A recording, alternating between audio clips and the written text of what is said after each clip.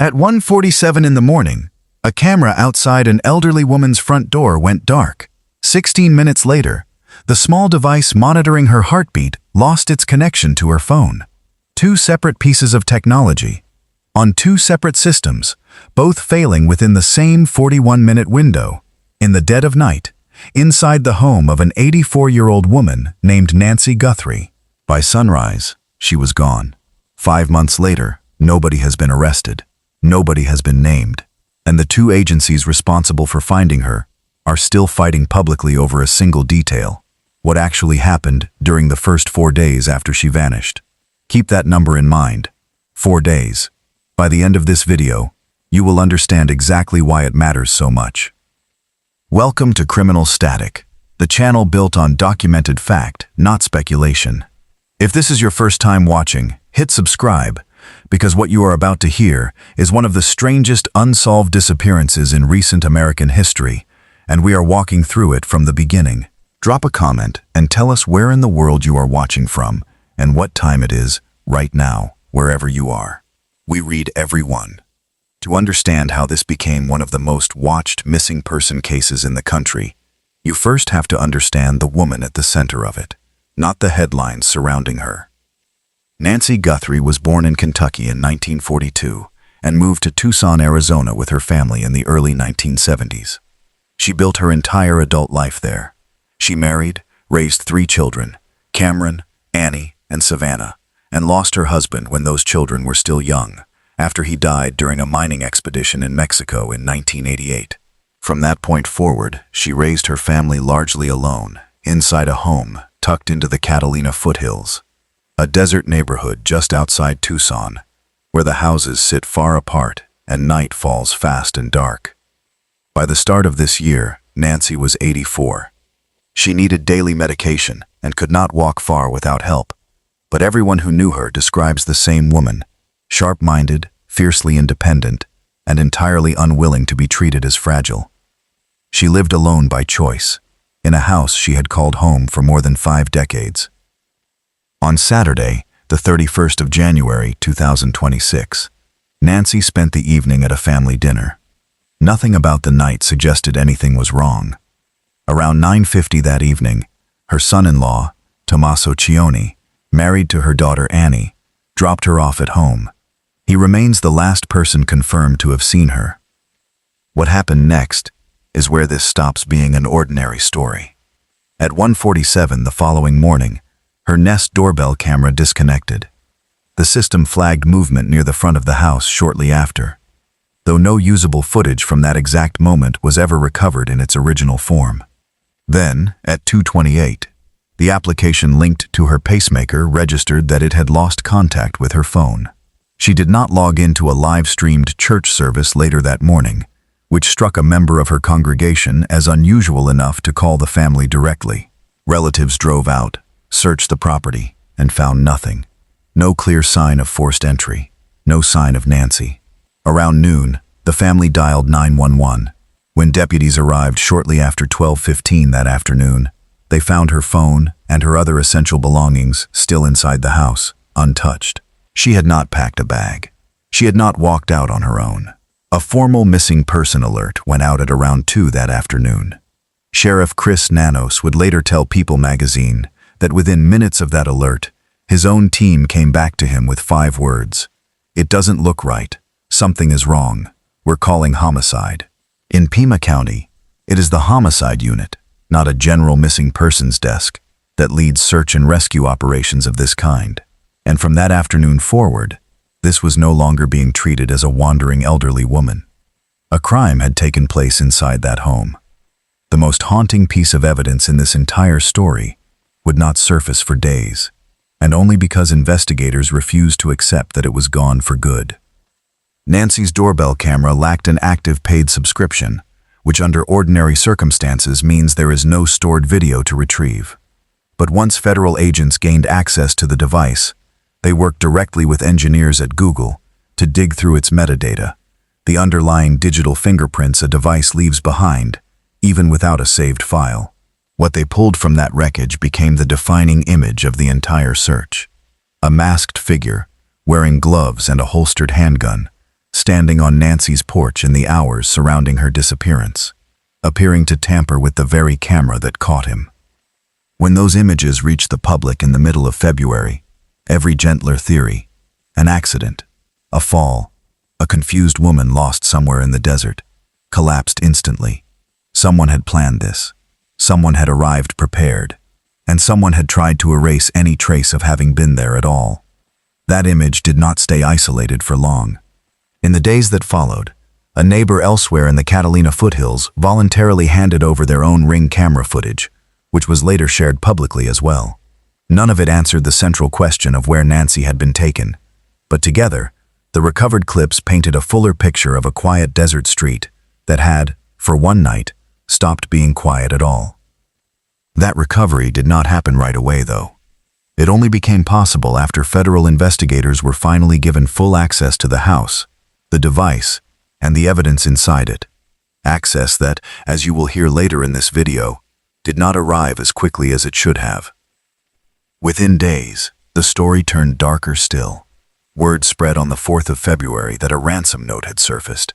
Savannah, standing alongside her siblings Annie and Cameron, released a statement saying the family was ready to talk and begging for proof that their mother was still alive.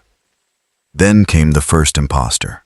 A man in California, later identified as Derek Colella, was arrested on federal charges after allegedly sending his own fraudulent demands, posing as the real abductor in a scheme officials stressed had nothing to do with the genuine notes already circulating. 2 days after that, Savannah went on camera again, telling whoever was responsible, "We received your message, and we understand. We will pay." Reporting the following day placed the actual demand at $6 million, with a deadline of 5 o'clock on the 9th of February. That deadline came and went without incident. No proof of life ever arrived. No payment was confirmed. The family was left exactly where they had started, only now exposed to a wave of strangers pretending to hold the one thing they wanted most. By late March, the toll of all of this had become impossible to hide. On the 25th of that month, Savannah gave her first interview since the disappearance began, and the words she chose were not polished for an audience. "We are in agony," she said. 2 weeks later, on the 6th of April, she returned to her seat on the Today Show after roughly 2 months away, smiling for cameras and reading headlines to millions of viewers every morning, all while not knowing if her own mother was alive. She told co-host Hoda Kotb that she could not stay away from her own life and purpose forever, even with the search still unresolved. There is a particular kind of exhaustion in performing normalcy for a national audience, while privately living inside the worst unanswered question of your life. And for 2 months, that was Savannah Guthrie's job. The physical evidence, meanwhile, kept teasing answers it never delivered. A reward of $100,000 came with the FBI's first public description of the suspect on the 12th of February. The same day, a pair of black gloves turned up near Nancy's home. For a few days, those gloves looked like the break everyone was waiting for, visually consistent with the gloves seen in the recovered footage. That hope did not last. Testing returned no match in the national DNA database, and by the 4th of March, the gloves were traced back to a local restaurant worker with no connection to the case at all. Even the Guthrie family itself became, briefly, part of the speculation. Online rumors zeroed in on Tommaso Cioni, the very son-in-law who had dropped Nancy off that final night, even as the sheriff's office stated plainly that no suspect or person of interest had been identified. By the 16th of February, every relative and every spouse had been formally and publicly cleared. Even so, the rumor lingered long enough that Savannah felt compelled to address it directly in an interview weeks later. "It's unbearable, and it piles pain upon pain," she said. "There are no words. I don't understand. I'll never understand. And no one took better care of my mom than my sister and brother-in-law." The search for answers also crossed an international border. The FBI reached out to authorities in Mexico, and a volunteer group called Buscando Corazones, dedicated to locating the missing, searched reported burial sites near the border. After rumors spread that Nancy had been taken across the line and killed, they found nothing connecting any of it to her, and officials would later confirm there was no evidence she had ever crossed into Mexico at all. Even the scene outside her own home became its own form of spectacle. A YouTuber live streaming from the property was arrested not once, but twice within the same week. The second time after a sheriff's sergeant was knocked to the ground during the arrest. Investigators were searching for a kidnapper. Outside the police tape, some onlookers were simply searching for views. Months later, an amateur YouTuber would also claim to have discovered human remains miles from the property, a claim that, after testing, led nowhere. Each of these moments followed the same cruel rhythm, a flicker of hope, a wave of headlines, and then nothing. If you are still watching at this point, drop a comment with the words, "I'm still here." Let's see who is actually following this story all the way through, because what comes next is where this stops being only about a missing woman and becomes a fight between two of the most powerful law enforcement agencies in the country. On the 24th of February, with still no resolution, Savannah announced an additional $1 million reward, funded by the family itself. By the time the search passed the 100-day mark in mid-May, public frustration had hardened into something closer to disbelief. More than 500,000 people are reported missing in the United States every year, according to the Justice Department, yet almost none of them receive even a fraction of the attention given to this one. CNN's chief law enforcement analyst, John Miller, pointed out that modern audiences have come to expect crimes solved within days because of how television dramatizes forensic science, when in reality, cases like this one unfold in what he called a desert of evidence. Even the president weighed in publicly at one point, telling reporters that whoever was responsible either knew exactly what they were doing or was a complete amateur, two explanations that cannot both be true, and neither of which investigators have confirmed. Celebrity commentary followed a similar pattern of fascination, without resolution. On her own podcast, Khloe Kardashian called the case heartbreaking, sitting across from crime junkie host Ashley Flowers, who admitted that after working alongside families of the missing, it was still wild to her how little resolution this particular family had been given. Legal commentators and casual observers online began asking the same question. In an era of doorbell cameras, license plate readers, and constant digital surveillance, how could the mother of one of the most recognizable women on American television simply vanish without a trace? Then, in the first week of June, the public finally got an answer to the question this video opened with. Remember the 4 days we mentioned at the start? Here is where they come back into the story. In an interview with News Nation's Katie Pavlich, FBI Director Kash Patel addressed the search directly, and what he said reframed everything that came before it. The Bureau, he said, offered its full assistance from day one. Because there was no immediate evidence of a federal crime, jurisdiction legally remained with the Pima County Sheriff's Office. But then Patel said something far sharper than a routine jurisdictional explanation. He said the Bureau was not granted full access for 4 days. The exact 4 days he meant when he raised the issue at all. Inside the window, every experienced investigator will tell you matters most for finding someone alive. During that stretch, Patel claimed, as many as 150 federal agents and analysts were already standing by, ready to deploy. He went on to describe how, once granted access, the Bureau's partnership with Google ultimately produced the doorbell footage the entire country had already seen, the very recovery this video mentioned earlier. He also revealed that the FBI had offered to test the recovered DNA at its own laboratories in Quantico, an offer local authorities declined in favor of a private lab. He drew a comparison to an unrelated case in Ohio, where local and federal teams cooperated seamlessly from the start, and noted, without directly accusing anyone, that this kind of cooperation simply had not happened here. Sheriff Nanos pushed back almost immediately. According to his office, a federal agent already assigned to a joint task force was embedded within the department and present at the scene well within the first 48 hours, long before the 4-day mark Patel described. Retired federal agents who have weighed in publicly note that both claims can be true at once. A task force agent brings real value, but is not the same as deploying the Bureau's full evidence response capability, its forensic specialists, and its broader infrastructure. The argument, in other words, was never really about whether the FBI showed up. It is about how much of the FBI showed up. and whether that gap cost the search something that can never be recovered. That same caution has not come without a price of its own. At two separate points earlier in this search, individuals were detained largely on the strength of cell phone location data, placing them near the area at relevant times. In both instances, a judge found enough probable cause to authorize the detention. In both instances, further digging cleared them, and they were released, their homes already searched, their names already tied, however briefly, to one of the most scrutinized disappearances in the country. Sheriff Nanos has since said his department is determined not to arrest the wrong person, even if that means moving slower than the public wants. It is a defensible stance. Any future prosecution will face some of the most experienced defense attorneys in the country, and a single shortcut taken now could become the thing that unravels a conviction years from now. Defensible, though, does not mean comfortable, and for a family that has waited 5 months for an answer, comfort has never been part of this story.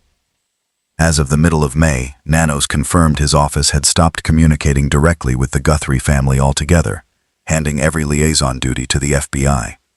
Around that same time, the Pima County Board of Supervisors declined to remove Nanos from office, instead referring separate perjury allegations tied to his earlier career in Texas law enforcement to the Arizona Attorney General for review. The sheriff overseeing the most watched missing persons search in the country is now facing scrutiny of his own on a completely unrelated matter at the exact moment the public is demanding answers about Nancy. Into that vacuum came one final distraction. For weeks, a claim circulated online that Savannah had quietly spent $500,000 of her own money on private investigators. It spread so widely that many simply accepted it as fact. But according to investigative journalist Brian Enton, who has followed this story since the first day, that claim is false. There is no private team working in the shadows. There never has been. The search remains exactly where it has always been, in the hands of the Pima County Sheriff's Office and the Federal Bureau of Investigation, and nowhere else. Strip away the agency disputes, the false leads, and the viral rumors, and what remains is a daughter who still does not know what happened to her mother. In the past several days, Savannah posted a brief message to her Instagram story. It read simply, "My soul cries out." Beneath it, she added 2 more words, "Bring her home." No press release, no careful phrasing for cameras, just a woman, in the middle of an ordinary week, still hoping. It is worth remembering who Nancy actually was in all of this, because a victim can so easily disappear behind procedure and politics. She buried her husband young and raised 3 children largely on her own. She built a life in the desert and lived that life on her own terms, refusing to be treated as someone who needed supervision simply because she had grown older. The cameras around her property were mostly there to watch the wildlife that wanders through the foothills at night, not to guard against a person. Some online commentary has suggested she should never have been living alone at 84. But anyone who has tried to talk an independent, aging parent into changing their life knows exactly how complicated that conversation really is. Nancy made her choice, and her family respected it, right up until the night that choice cost her everything. 5 months in, there is still no suspect named publicly, no charges filed, and no sign of Nancy. What exists instead is a slow, increasingly public clash between 2 agencies that cannot agree on their own timeline, a family spending every reward dollar and every public appearance trying to keep her name from fading, and a search built almost entirely on evidence that had to be pried, piece by piece, out of devices that were never designed to give up their secrets easily. 2 machines failed in the dark on the 1st of February. 5 months later, the silence those machines left behind still has not been answered. But none of that is actually the story. The story is an 84-year-old woman named Nancy Guthrie, who said goodnight to her family on an ordinary Saturday and has not been seen since. She is still missing. She is still loved. And somewhere, her family is still waiting for the door to open. If this case has stayed with you the way it has stayed with so many people watching right now, hit subscribe to Criminal Static, because we will keep covering every verified development as it happens, without speculation and without filling in the blanks for you. Thank you for watching all the way to the end. We will see you in the next one.